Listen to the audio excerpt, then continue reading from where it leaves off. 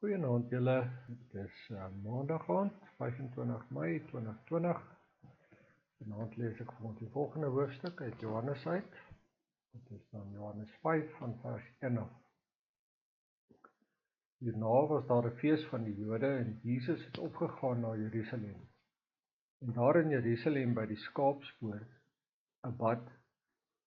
En daar is in Jerusalem by die Skaapspoort 'n bad met 5 pilaargange wat in Hebreëus Bethesda genoem word. Daarin het 'n groot menigte siekes gelê, blindes en krepeles en lammes wat op die roering van die water gewag het. Want 'n engel het op 'n bepaalde tye in die bad neergedaal en die water geroer. Die een wat dan eers ingaan na die roering van die water het gesond geword, aan watter siekte hy ook al gely het. En 'n sekere man was daar wat 38 jaar aan sy siekte gely het. Toe Jesus hom sien lê terwyl hy geweet het dat hy al lang tyd siek was, sê hy vir hom: "Wil jy gesond word?" Die sieke antwoord hom: "Here, ek het niemand om my in die bad te sit as die water geroer word nie. En terwyl ek kom, gaan 'n ander een voor my in." Jesus sê vir hom: "Staan op, neem jou bed op en loop." En dadelik het die man gesond geword en sy bed opgeneem en geloop. En daardie dag was dit Sabbat. Die Jode sê toe vir hom wat genees was: "Dit is Sabbat, dit is jou nie geoorloof om jou bed te dra nie." Hy antwoord hulle: "Hy wat my gesond gemaak het vir my gesê, neem jou bed op en loop."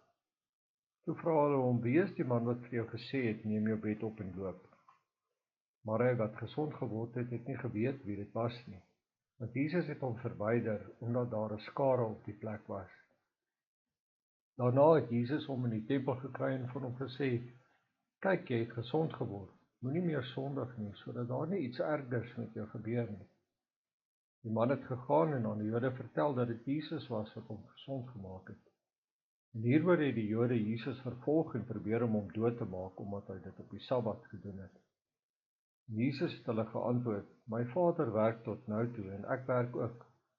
Hieroor het die Jode toe nog meer probeer om hom dood te maak, omdat hy nie alleen die Sabbat gebreek het nie, maar ook God sy eie Vader genoem het en hom met God gelykgestel het.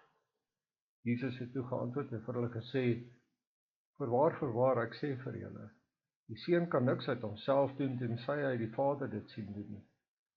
Want alles wat hy doen, dit doen die Seun ook net so.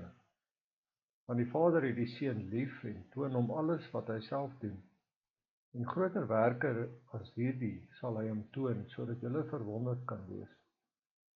Want soos die Vader die dode opgewek en lewend maak, so maak ook die Seun lewend wie hy wil.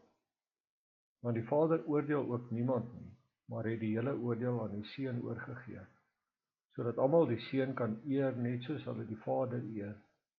Wie die Seun nie eer nie die Vader wat hom gestuur het nie.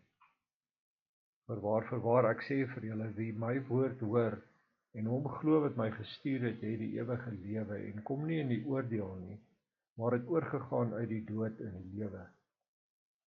Voorwaar, ek sê vir julle, daar kom 'n uur en dit is nou, wanneer die dode die stem van die Seun van God sal hoor, en die wat dit gehoor het, sal lewe. En soos die Vader lewe het in homself, so het hy aan die Seun ook gegee om lewe in homself te hê. En hy het hom mag gegee om ook te oordeel, omdat hy die Seun van die mens is. Moenie julle hieroor verwonder nie, want daar kom 'n uur wanneer almal wat in die grafte is, sy stem sal hoor en sal uitgaan, die wat goed gedoen het tot die opstanding van die lewe, en die wat kwaad gedoen het tot die opstanding van die veroordeling. Ek kan uit myself niks doen nie. Soos ek hoor, oordeel ek, en my oordeel is regverdig, omdat ek nie my wil soek nie, maar die wil van die Vader wat my gestuur het. As ek van myself getuig, is my getuienis nie waar nie.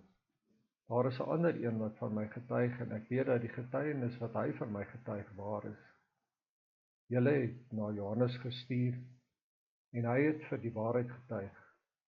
Maar ek neem die getuienis van 'n mens nie aan nie, maar ek sê dit, dat julle gered moet word. Hy was die lamp wat brand en skyn, en julle was gewillig om julle vir 'n tyd in sy lig te verbly. Maar ek het 'n groter getuienis as die van Johannes, van die werke wat die Vader my gegee het om te volbring. Die werke self wat ek doen, dit getuig van my, dat die Vader my gestuur het. En die Vader wat my gestuur het, hy het van my getuig. Julle het nog nooit sy stem gehoor of sy gedaante gesien nie. En julle het sy woord nie as iets blywends in julle nie, omdat julle hom wat hy gestuur het nie glo nie. Julle ondersoek die skrifte, omdat julle meen dat julle daarin die ewige lewe het, en dit is die wat van my getuig. En julle wil nie na my kom en om die lewe te hê nie. Eer neem ek van mense nie aan nie. Maar ek ken julle, dat julle die liefde van God in julle nie het nie. Ek het gekom in die naam van my Vader, en julle neem my nie aan nie. As 'n ander een in sy eie naam kom, hom sal julle aanneem. Hoe kan julle glo wat van mekaar eer aanneem, en die eer wat van die enige God kom, soek julle nie? Moenie dink dat ek julle by die Vader sal beskuldig nie. Daar is een wat julle beskuldig, Moses op wie julle gehoop het. Maar as julle Moses geglo het, sou julle my glo, want hy het van my geskrywe. As julle sy geskrifte nie glo nie, hoe sal julle my woorde glo? Kom ons bid saam. Liewe Vader, ons dankie vir hierdie nuwe dag. Ons dankie dat U met ons was in hierdie dag. Here, ons prys U vir wat U vir ons vandag gewys het. Here, baie dankie vir hierdie skrifgedeelte. Baie dankie hoe ons hier kan sien dat U die meester is, dat U die meester selfs van die Sabbat is. Dankie dat ons hier kan sien hoe U gelyk is met die Vader. Dankie dat ons kan sien dat die oordeel U toekom, dat U die een sal wees wat die oordeel sal bring oor 'n sondige wêreld. Here, help ons om U te eer, om altyd U te eer, want as ons dit doen, dan eer ons U Vader. Want U en die Vader is een. En die Heilige Gees getuig van U in ons harte. Baie dankie vir daardie voorreg, liewe Here. Here, ons dink vandag aan mense wat swaar kry. Daar so baie mense wat vandag regtig swaar kry, liewe Here. Ons bid vir hulle. Ons bid vir hulle dat U regtig vir hulle sal intree. Dat U in hulle harte sal werk en dan hulle vertroosting sal gee. Dat U vir hulle krag sal gee en leidsaamheid sal gee. Here, en ons bid regtig dat U vir hulle sal voorsien. Dat U vir hulle sal gee wat hulle nodig het. Wil U vir hulle bystaan, liewe Here, en U werk in hulle geloof. Wil U ook werk in die harte van mense wat genoeg het, en in mense se harte wat meer as genoeg het, dat hulle sal gee, liewe Here. Dat hulle regtig aan hulle medemens sal dink en lief sal wees vir hulle medemens. Liewe Here, ons bid vir ons familie en ons vriende, mense wat ons waarskynlik dalk lanklaas gesien het en na wie ons verlang, en wat vir wie ons baie keer bekommerd is. Wil U asseblief met hulle wees, hulle seën en hulle bewaar en beskerm waar hulle is. Kom asseblief met ons in hierdie nag, wil U ons asseblief 'n rustige nagrus gee, wat die môre met ons gaan, dat ons hart sal werk en ons beste sal doen, liewe Here. Dat ons regtig sal weet dat alles wat ons doen, moet wees tot U eer en U verheerliking. Help ons om nie te dink dat die klein taakies wat ons doen is iets wat nie in U oë is nie, wat nie U sal behaag as dit goeie dinge is nie.